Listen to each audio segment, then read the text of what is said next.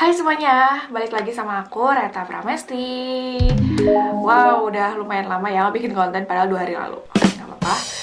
Kali ini aku bakal sharing tentang 2 jalur masuk yang belum banyak orang tahu, yaitu SNMPN dan SPAN PTKIN. Apaan sih kak? Oke, makanya aku bakal sharing karena emang belum banyak orang tahu gitu ya. Yang orang tahu kan cuma SNMPTN, SBMPTN, UMPTN gitu kan. Nah, ini tuh jalur lain untuk masuk ke perguruan tinggi negeri. So, let's get started. First of all, aku bakal ngejelasin tentang SNMPN. SNMPN adalah seleksi nasional masuk Politeknik Negeri. Jadi di SNMPN ini adalah seleksi undangan masuk Politeknik Negeri khusus yang D3. Kalau D4 kan udah bersatu tuh di LTMPT. Jadi kalau misalnya kamu pengen cobain D4 lewat SNMPTN atau SBMPTN. Tapi kalau misalnya pengen nyobain yang D3, ini bisa lewat yang SNMPN. Oke? Kamu bisa cek di web resminya yaitu di snmpn.politeknik.or.id. Nanti aku bakal simpan di sini. Oke, jadi kalau misalnya kita lihat, kita masuk ke beranda awalnya, ini adalah jalur undangan yang diperuntukkan bagi calon peserta yang akan melanjutkan pendidikan di bidang vokasi atau politeknik dan politani negeri di seluruh wilayah Indonesia. Jadi vokasi itu kayak sebutan buat yang D3. Oke, ini sama mirip kayak SNMPTN, jadi kamu upload nilai raport dan upload juga sertifikat yang kamu dapat gitu, kayak kejuaraan atau anything yang valuable buat diri kamu gitu lah. Oke. Terus di sini juga pendaftarannya diketahui itu tanggal 11 Januari sampai 19 Maret. Oke, jadi udah mulai dari 9 hari lalu ya, bisa kamu coba nih. Terus yang kedua, pengisian datanya 11 Januari sampai 12 Maret. Jadi ketika daftar udah bisa langsung ngisi juga. Oke, nanti bisa lewat sekolah, karena emang harus daftarin sama sekolah dulu kayak NPSN dan lain-lainnya. Terus verifikasi berkas di 18 Januari sampai 26 Maret. Oh, sekarang udah bisa berarti ya. Bagi yang udah daftar, udah ngisi data sekolah, verifikasi berkas, dan nanti tinggal nunggu pengumuman 6 April 2021. Jadi singkat ya, singkat padat jelas. Mulai dari pendaftaran, pengisian data sekolah, lalu verifikasi berkas, dan pengumuman. So, ini worth it banget sih kalau misalnya mau dicoba, karena itu biayanya gratis. Jadi, itu sih informasi umum tentang SNMPN. Kita bisa cek di web yang unduhannya. Nah, ini kan ada tentang SNMPTN, poster, alur pendaftaran, panduan siswa sama panduan sekolah. Kamu bisa cek sendiri ya. Aku nggak akan jelasin tentang panduan siswa sama sekolah, karena itu technically banget. Paling aku jelasin tadi informasi umumnya.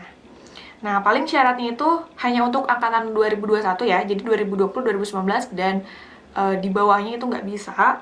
Lalu sekolah wajib punya NPSN, siswa wajib punya NISN.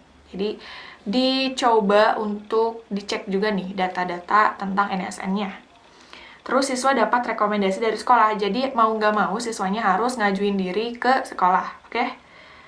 Bilang aja, aku mau daftar SNMPN. Nah, nanti pasti akan diurus sama sekolahnya. Buat sekolah-sekolah yang belum tahu, itu bisa dikasih tahu nih dari siswanya, oke? Terus ini kalau misalnya lihat ada PDF-nya bisa dilihat ya. Nah, ini pokoknya diselenggarakan oleh 44 Politeknik Negeri seluruh Indonesia. Apa aja tuh politekniknya? Jadi bisa kita cek di daftar politeknik ya. Nah, itu tuh ada Polman, PNJ, Politeknik Negeri Medan, Bandung, Semarang, Sriwijaya. Nah, bisa dicek sendiri, ini pokoknya ada 44. Oke? Dan bisa dicek juga kayak jumlah prodinya. Kita bisa klik, kayak misalnya di PNJ.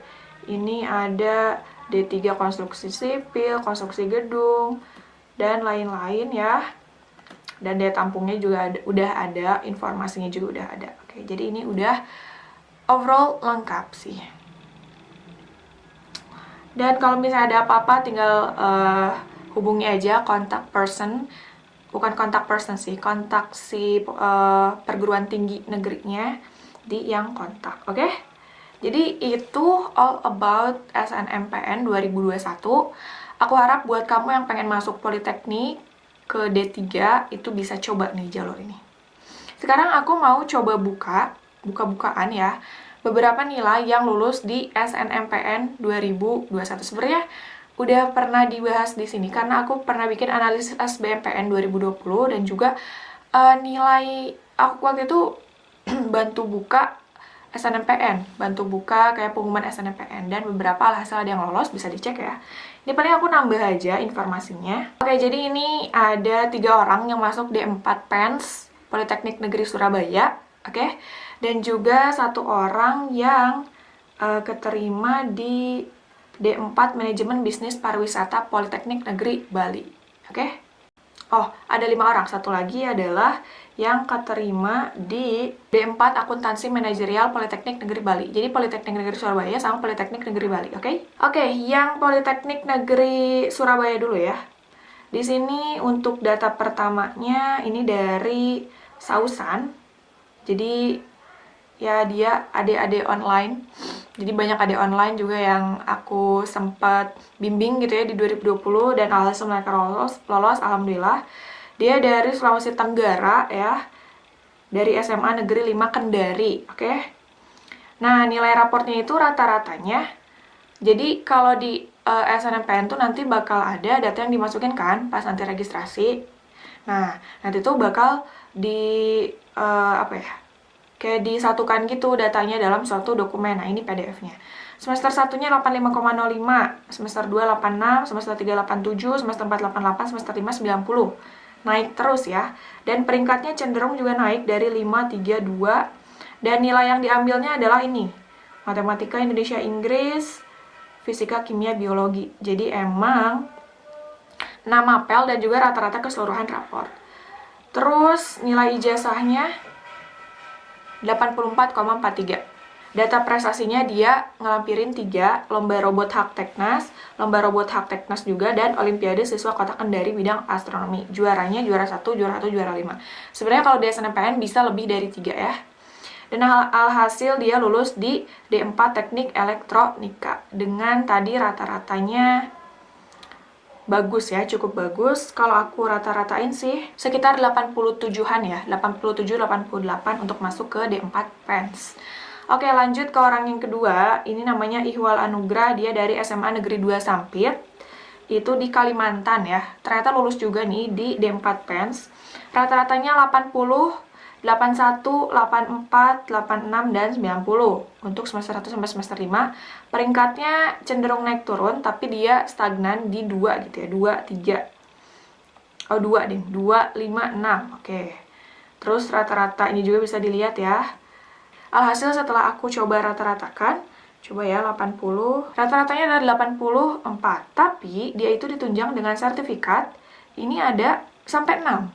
Mulai dari lomba debat, lomba cerdas cermat, olimpiade kimia, forum anak, sama PPLI Nangsi. Oke, dan ada yang juara, ada yang peserta ya. Jadi buat kamu yang cuma peserta aja, juara aja, lampirin aja. Dengan nilai 84 ternyata lulus juga di D4 Teknik Elektronika PENS. Oke, orang yang ketiga ya. Orang yang ketiga ini lulus juga di D4 PENS.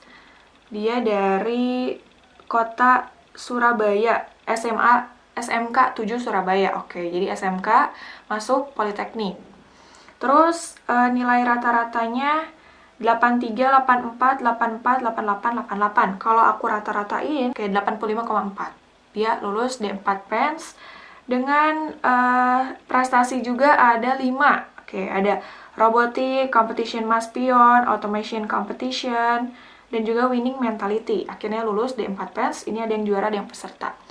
Jadi kalau bisa aku ambil kesimpulan, yang masuk D4 ke teknik elektronika PENS itu dari mulai 84 sampai 87, dan mereka tuh semuanya ngelampirin sertifikat, oke?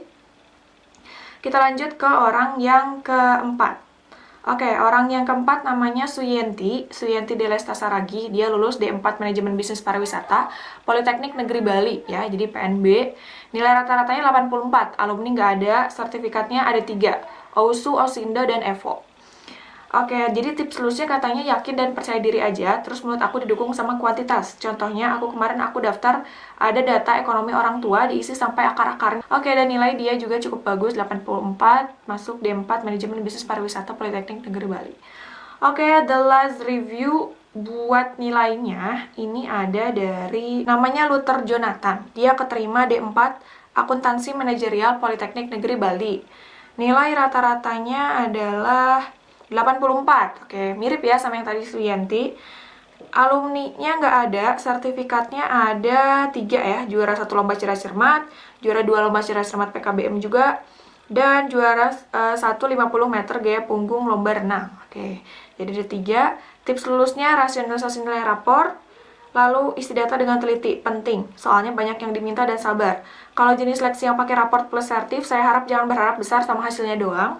Bandingkan dengan effort dan ketelitianmu pas proses. Oke? Terus katanya PNB itu harus diletakkan pilihan 1 atau 2 politeknik yang kamu mau. Lalu yang ketiganya bebas ya. Oke, thanks banget nih buat teman-teman yang udah membantu buat memberikan data-data nilai raportnya ya, sehingga tadi dibongkar. Oke.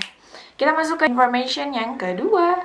Yang kedua ini adalah SPAN PTKIN ya. Bisa dicek di web resminya span-ptkin.ac.id. Nah, kalau misalnya kita cek halaman awalnya ini bakal kayak gini ya. Ada beranda, panlog, program studi, logis siswa, PDSS, dan helpdesk.